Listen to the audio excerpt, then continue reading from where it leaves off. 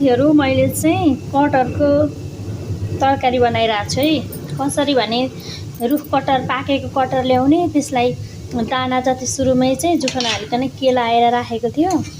अनि यसलाई चाहिँ मैले सिटी लगाइदिएँ, 3-4 सिटी लगाइदिएँ। अनि पटपटी फुट्छ।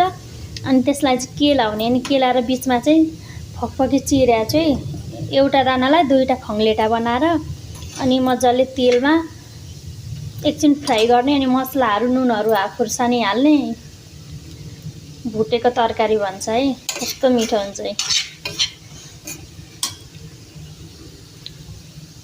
कस्तो मिठो हुन्छ। हजुरहरूले खानु भएको छैन भने चाहिँ टेस्ट गर्नु है, कस्तो मिठो हुन्छ।